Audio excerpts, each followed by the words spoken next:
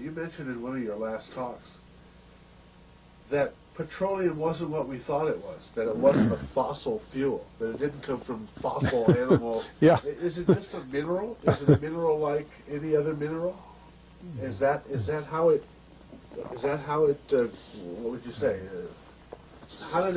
What's the origin of you see, petroleum? when they first found petroleum, because they were beginning to make motors and needed on axles or wheels on railroad trains and all that sort of thing, and remember, trains started in the beginning of the 19th century, then oil went from just a lubricant to a fuel, and it made it valuable. And Rockefeller happened to be the smartest man in the business at the time, but he made most of his money, or much of it, off the transport of the petroleum as well as selling it. But one thing they realized was, because oil is putting a price on oil is like putting a price on a pail of water. You know, no initial cost. It's in the ground, and in those days they were, some of it almost what you'd call surface mining the oil. They didn't go down deep.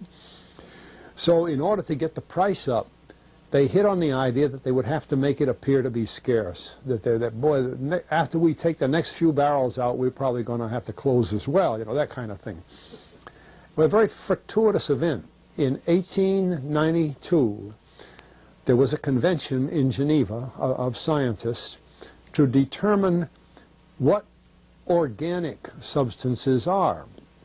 Well, the definition of organic is a substance with hydrogen, oxygen, and carbon. And so it's usually a living substance, a tree. You analyze a dead tree, hydrogen, carbon, and oxygen, and grass and so on, living things. Animals, we are hydrogen, oxygen, and carbon. So at this Geneva Convention, Rockefeller took advantage of sending some scientists over who said, oil, petroleum, is hydrogen, oxygen, and carbon. Therefore, it must be derived from the spoiling, the rotting of formerly living matter. And playing the game properly, when this scientific convention was over, they defined oil as the residue from formerly living matter. Well, that makes it a fossil fuel. I don't know why they decided to use the word fossil, but it says formerly living matter is fossil. Well, of course, today, and another thing we should know is that there has never been a fossil, a real fossil, found below 16,000 feet.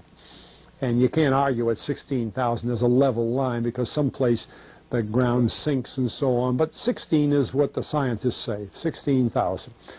We mine oil, or we drill for oil, at 30,000, 33,000, 28,000 every day of the week.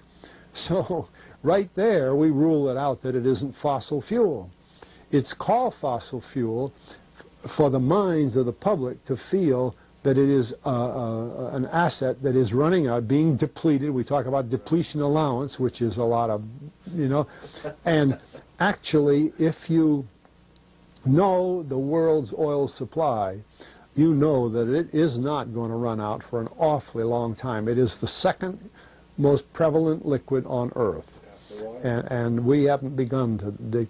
Well, with all that background, you see, the people in charge of the petroleum business, for perfectly reasonable business things, like any other man in the business, wants to keep his price as high as he can get away with. And the way to do is just say, well, there's no more. The last barrel is going to cost $1,000, and then it's all done. And they preach that stuff. What bothers me is that in geology books, it's in there. The geologists say it's a fossil fuel. Somehow they've been bought. I mean, I went to a 4-year federal staff energy seminar run by the government of the United States during the so-called energy crisis. I was the participant that represented the railroad industry. The airline industry was there. Every AA, administrative assistant of senators and congressmen, was there. The CIA was there, the Defense Department was there, the State Department was there. Sometimes sitting right in front of me in the row would be Henry Kissinger with his friend, the head of Department of Defense, It's too bad I can't put the names with them. But anyway, people like that, top men in the government, sitting there listening to the Federal Staff Energy Seminar. Well, what this was doing is for 4 years, they were teaching a propaganda line to the leading people in this country, and therefore to the leading people in the world, when you include the Schlesingers, Kissinger and Schlesinger, among others. And the object of it was, as Kissinger used in his own terms when it was time for him to speak, to create a world price for oil. In other words, not 30 cents a gallon here and 90 cents a gallon there, but let's get a world price. That's their goal, and they're trying to do that for wheat and everything else. We don't realize what the controls are, whether it's oil or some of these other things. Almost everything today is being categorized at the highest price they can possibly make it go. And so calling petroleum a fossil fuel is the basis for this system with respect to petroleum. And I don't know if the name Arthur Kantrowitz rings any bell. Arthur Kantrowitz is the head of the Kantrowitz Labs set up by the Avco company near Boston, scientific laboratories. And a great man in the scientific world. And Kantrowitz and I were sitting at a table at this seminar once, and the table happened to be all young college grad, PhD geologists. And so just to get a conversation started, I turned to Kantrowitz and I said, Arthur, what do you think about this foolishness of these speakers talking about fossil fuel? And it was kind of put up. He started laughing. He said, you know, that gets me. He says, I don't have a geology degree, but he had 1,000 other degrees. And he said, I don't understand. He said, you'd think that these heads, these other fellows at the table, we did it on purpose, start listening, you know.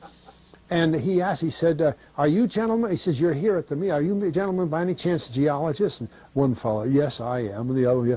He said, well, why don't you tell me? He said, why is oil, you know, and he went on like that. We brought the house down because nobody could argue with Kantrowitz. He like Einstein. People aren't going to, and he told them right there, he said, just drop it.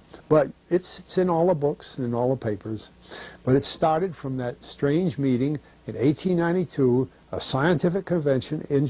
I have a big, thick scientific encyclopedia put out by the Die Van Oosteren Company that's about 15 years old now, but it has the whole story of the conference. It doesn't have the Rockefeller part, but it has the whole story of how they straightened out organic chemicals and how it was all figured, and they've got petroleum right in there. Amazing. Amazing. So these aren't accidental things, you see. There's a dollar sign behind almost everything.